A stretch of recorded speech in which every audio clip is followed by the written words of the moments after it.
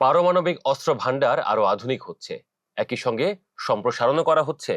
শুধু তাই নয়, নতুন ধরনের পারমাণবিক অস্ত্র তৈরি করা হচ্ছে, একই সঙ্গে পারমাণবিক সক্ষমতা সম্পন্ন অস্ত্র মোতায়েন করা হচ্ছে। বিশ্ব নিরাপত্তা এতে করে নিশ্চিতভাবেই মুখ থুবড়ে পড়ছে। কারা করছে এমন কর্মকাণ্ড? যে 9টি দেশের কাছে পরমাণু অস্ত্র আছে, তারাই এমন কাণ্ডকীর্তি চালাচ্ছে। গবেষণা প্রতিষ্ঠান Stockholm International Peace Research Institute সিপ্রির এক প্রতিবেদনে এই তথ্য উঠে এসেছে। প্রিয় দর্শক, সিপ্রি বলছে পারমাণবিক অস্ত্রধারী দেশগুলো তাদের ওয়াদা রাখছে না, অর্থাৎ অস্ত্র কমানো ও অস্ত্র ছাড়ার অঙ্গীকারকে তারা গুরুত্বই দিচ্ছে না।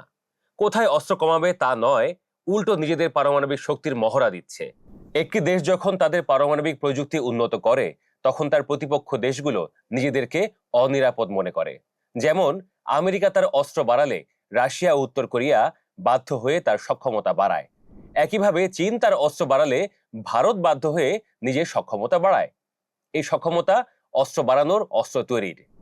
আর ভারতকে দেখে পাকিস্তানও একই পথ অনুসরণ করে। এর ফলে বিশ্বজুড়ে অস্ত্রের এক অন্তহীন প্রতিযোগিতা তৈরি হচ্ছে। সবচাইতে ভয়ঙ্কর হচ্ছে আধুনিক পারমাণবিক অস্ত্রগুলো অত্যন্ত দ্রুত গতির, যেমন হাইপারসনিক মিসাইল।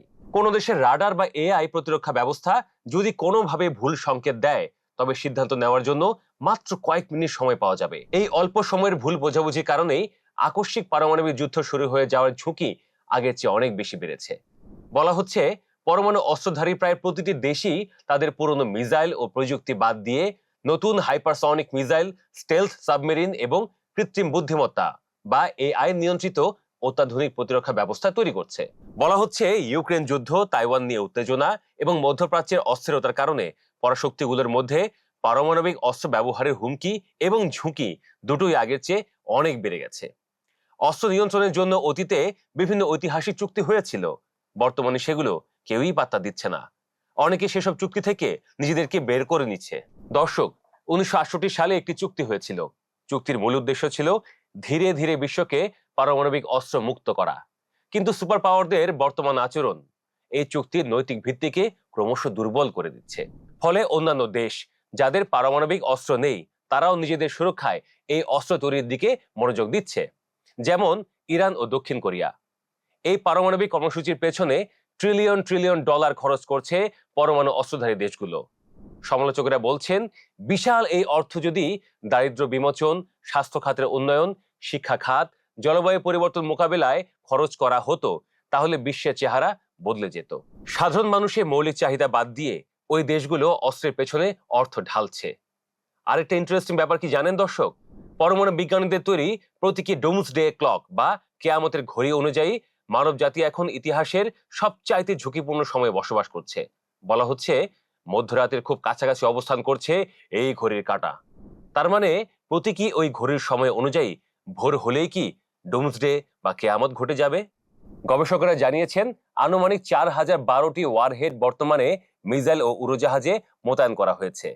এর মধ্যে প্রায় 2200টি ওয়ারহেড বা বিস্ফোরক রাখা হয়েছে হাই অ্যালার্ট বা উচ্চ সতর্ক অবস্থায়। এর মানে হলো এগুলো মাত্র কয়েক মিনিটের মধ্যেই ছুড়ে মারা সম্ভব।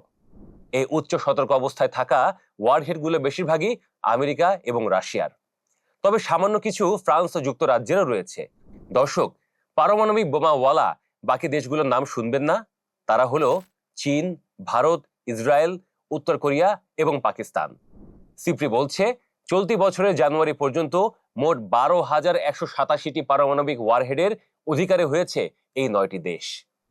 এর মধ্যে প্রায় 9,745টি ওয়ারহেড সম্ভাব্য ব্যবহারের জন্য সামরিক গুদামে রাখা হয়েছে, অর্থাৎ প্রয়োজন অনুযায়ী যে কোনো সময় তা ব্যবহার করা হবে। এমনিতেও আমেরিকা এবং রাশিয়া এখনো বিশ্বের সবচাইতে ক্ষমতাধর পারমাণবিক শক্তি। সামরিক ব্যবহারের উপযোগী ওয়ারহেডগুলোর 83% এই দুই দেশের দখলে এবং বৈশ্বিক পারমাণবিক অস্ত্রের প্রায় 86% এই দুই দেশের কবজায়।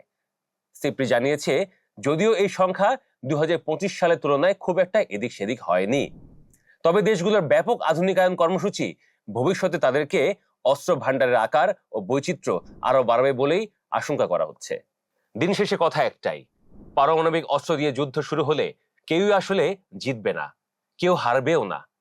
মাঝখান দিয়ে মানব জাতি সহ পৃথিবী নামক সুন্দর একটি গ্রহ ধ্বংস হয়ে যাবে।